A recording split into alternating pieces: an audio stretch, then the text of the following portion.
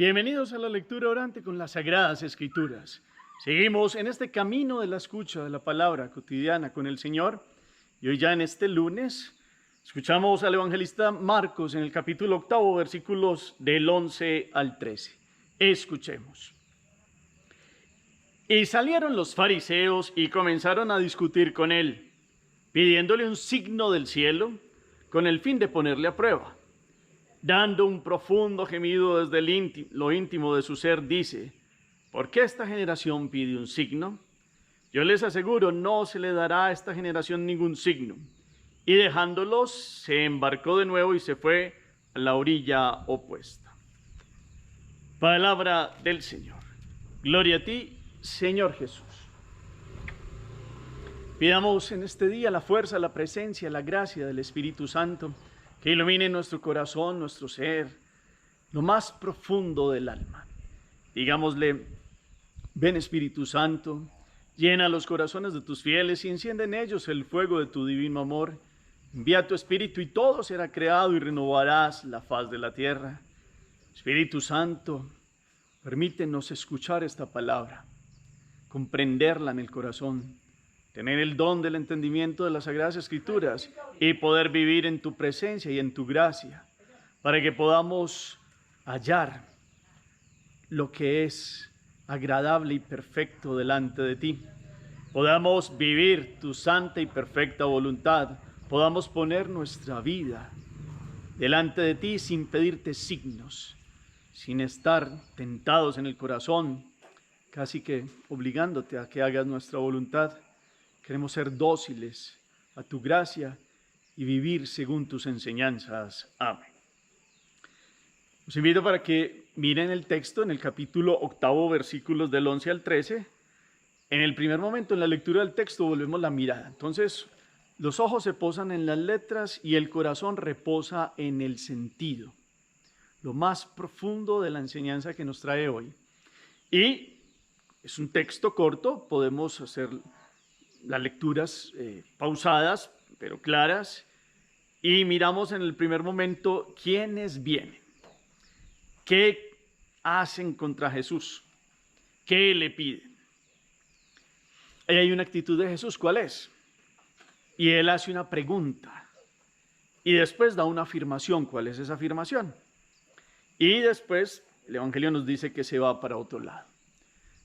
Esa es la primera lectura. Dejamos un momento de pausa, de silencio, y la palabra resuena en el corazón. Volvemos a retomar el texto.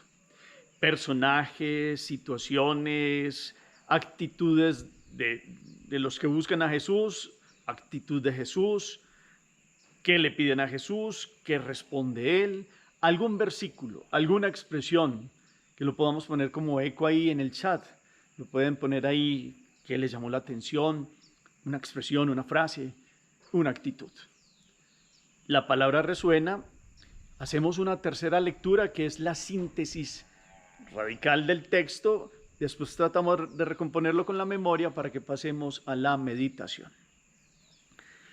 Después de que Marcos nos ha narrado ya unas curaciones que ha hecho Jesús por fuera de Palestina, nos ha narrado la segunda multiplicación de los panes y de los peces, pues aquí nos muestra una triste actitud que no solo fue una vez, sino una actitud de muchos de estos principales de Israel, fariseos, que comienzan a discutir con él, no porque a Jesús le guste la discusión, nunca causó una discusión. Ellos insistentemente lo buscaban, lo espiaban, querían estar en todos los lugares para ver en qué se equivocaba, con quién andaba, para instigarlo, porque había convertido a prostitutas, a publicanos, a personajes que no eran llamativos para Israel, y para estar como al acecho. Esa es la expresión. Estaban al acecho siempre de él, y por eso están buscando a ver qué hace. Jesús ha hablado contundentemente con su enseñanza, y la mayor aplicación ha sido su vida. Y ha venido a liberar radicalmente al ser humano, y por eso la liberación de los oprimidos por los espíritus del mal, la capacidad de darle vida nueva a aquellos que tenían problemas físicos, ciegos, sordos, sordomudos, cojos, paralíticos, etcétera, etcétera. Israel estuvo llena de las manifestaciones del amor de Dios a través de Jesús. Y estos hombres todavía no creen. Y no quieren creer, porque no hay peor ciego que el que no quiere ver. Esa es la triste realidad de este corto evangelio de hoy, donde le instigan a Jesús para pedirle signos. Y uno se pregunta, venga, ¿qué más signos querían? Porque es que llegaron a decir casi que la resurrección del hijo de la viuda de Naín, pues eso como que no fue nada, o que ni siquiera les bastó con que resucitara la hija de Jairo, el sinagogo de Cafarnaún, y la multiplicación de los panes y de los peces que le dio de comer a más de 4,000 la segunda vez según Marcos, y la primera vez fue también otra maravillosa. Entonces es triste ver cómo estos hombres piden signos y piden signos y piden muestras, pero no sé qué más les faltaba por ver que ya no hubiera mostrado la misericordia de Jesús. Mateo va más allá y empieza a hablar, sabemos, de aquello que será el signo de Jonás. Aquí dice que no se les dará signo en Marcos, pero en Mateo habla del signo de Jonás, que tiene que ver con los 3 días que estuvo Jonás en el vientre de la ballena, que aluden en Jesús a la pasión, muerte y resurrección, como él después de su muerte en la cruz, al tercer día resucitará. Pero aquí los deja así, sin ningún signo, porque es que verdaderamente no quieren. Y hay algo que ha pasado en la vida de Jesús, en algún momento inclusive, en un contexto amplio del Evangelio, estaban pidiéndole como que resucitara uno pero que verdaderamente se notara que llevaba ya muchos días de muerto. Y resucitó a Lázaro, llevaba como 4 días, ya olía mal, se notaba, y todos fueron testigos, los judíos que fueron, y hasta se estaban burlando de Jesús porque no lo había resucitado. Y resulta que Jesús lo resucita en su amor y su misericordia, y ni así quisieron creer. Entonces, ¿qué se cumplió? ¿Se acuerdan ustedes aquello de la enseñanza que Jesús dio con el pobre Lázaro y el rico Epulón? Que Lázaro, Epulón ya en el infierno le decía al Señor que mandara por lo menos a alguien a decirle a su familia y se convirtieran o que resucitaron muerto. Y Jesús les dice dentro de la enseñanza que ni siquiera resucitando un muerto se convertirían. Resucitó al hijo de la viuda Naín, resucitó a la hija de Jairo, resucitó a Lázaro después, constatable, lo vieron ahí dentro salir. Y no fue un cuento, y eso no es una invención de los que siguieron a Jesús con el tiempo, fue una realidad histórica.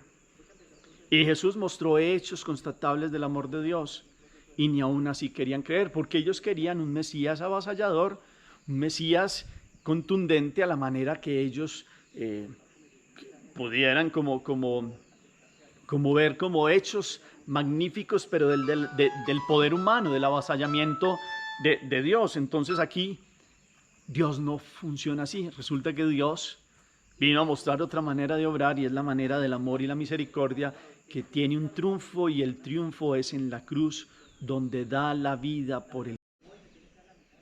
La cruz, signo del amor maravilloso de un Dios que se abaja. Ese es el signo más grande. Esa ha sido la muestra de cómo ha procedido Dios, distinta a la soberbia del hombre que pide signos. ¿Y a qué nos lleva hoy a la meditación? Para que pasemos puntualmente. El mundo sigue, y ustedes y yo tal vez hemos vivido en eso, pidiéndole signos a Dios. La palabra nos invita a acercarnos a Él y decir, el que pida se le dará.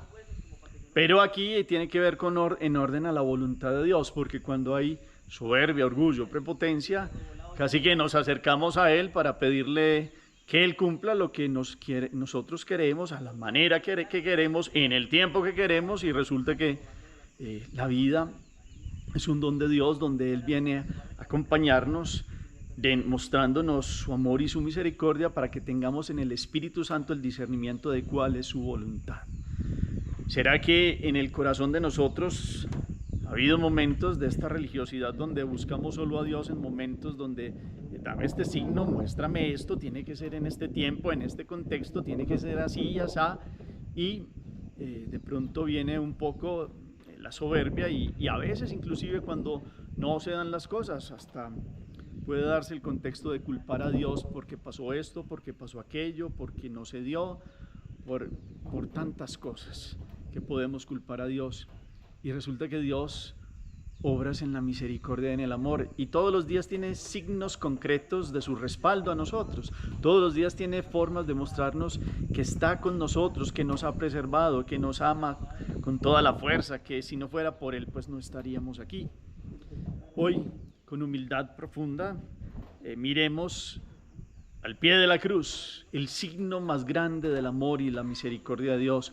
Hoy, mirando a estos que se acercan para instigar a Jesús, que ustedes y yo más bien en humildad obremos todo lo contrario. Pidámosle a Dios un corazón dócil, un corazón humilde, como lo pide en el Salmo 50, oh Dios, crea en mí un corazón puro, renuévame por dentro con espíritu firme, y que no busquemos con orgullo que la vida se cumpla con solo como queremos nosotros, sino que nos enseñe a ver la vida con otra perspectiva.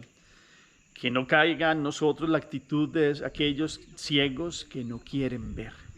Porque Israel estaba lleno de los signos de Dios y hay unos que se pusieron una venda para no verlo. Es más, cuando está clavado en la cruz le dice que si es el Hijo de Dios, entonces que se baje de la cruz y entonces creerán. Y empiezan a pedirle hasta ese extremo. Y resulta que Dios lleva su signo de amor hasta el extremo, muriendo y dando la vida, no reaccionando como ellos esperaban, sino con la donación completa, porque no hay mayor amor que el que da la vida por sus amigos, nos dice Jesús. Ese es el signo del amor de Dios. Ustedes y yo entonces, ¿cómo comprendemos la presencia de Dios en nuestra vida? El signo real del bautismo, del ser hijos de Él, templos del Espíritu Santo, pertenecientes a la iglesia. Y de esa forma vivimos y enfrentamos la vida con otra mirada. Y así podemos plantear todo nuestro ser y nuestra existencia delante de Él sin llegar a caer en aquellos momentos de pedirle exigencias a Dios, casi de pedirle cuentas a Él. Estos hombres, está claro que no creían en Jesús porque le pedían cuentas a un hombre que para Él era muy poco, porque sí hablaba del amor muy bonito y de la misericordia, pero ese no iba a ser el liberador de Israel. Y mucho menos aquel que con su estilo de vida les estaba casi que mostrando a ellos que ellos eran unos prepotentes y estaban lejos de la Torá y de la ley de Dios porque no habían vivido la misericordia y el amor. Jesús siempre estuvo abierto a hablar con ellos, siempre estuvo abierto a decirles las cosas de buena forma, siempre estuvo abierto a mostrarle que también por ellos había venido. Pero ellos cada vez más se pusieron más incisivos y tuvieron más persecución hacia él, de todos los grupos que conformaron el Sanedrín. Y lo que era una muestra del amor de Dios, a veces lo consideraron como debilidad y por eso lo instigaban. Y por eso, inclusive después al final, toda la situación llegó a que se inventaran cuentos y mentiras para llevarlo a un proceso y el proceso de la crucifixión. Pero Él vino a dar la vida y Él vino a mostrar verdaderamente los signos del reino, que aunque no los convencieran a ellos, que querían un portento de quién sabe qué forma, convencieron a la humanidad entera en toda la historia, porque ha dividido inclusive la historia de la humanidad, el signo más grande del amor redentor de Jesús. Hagamos oración. Bendito sea, Señor, por tu presencia, por tu gracia y tu amor, porque en este misterio pascual de su pasión, muerte y resurrección, nos muestras el signo personal de tu amor a la humanidad. Él nos ha mostrado sobreabundantemente que nos amas. En su persona, su vida, su palabra y su pan son para nosotros la señal perenne de tu elección. Él ha sido la elección del amor. Él ha sido la muestra más clara, contundente de tu presencia en el mundo, tomando la condición humana para levantar a la humanidad caída.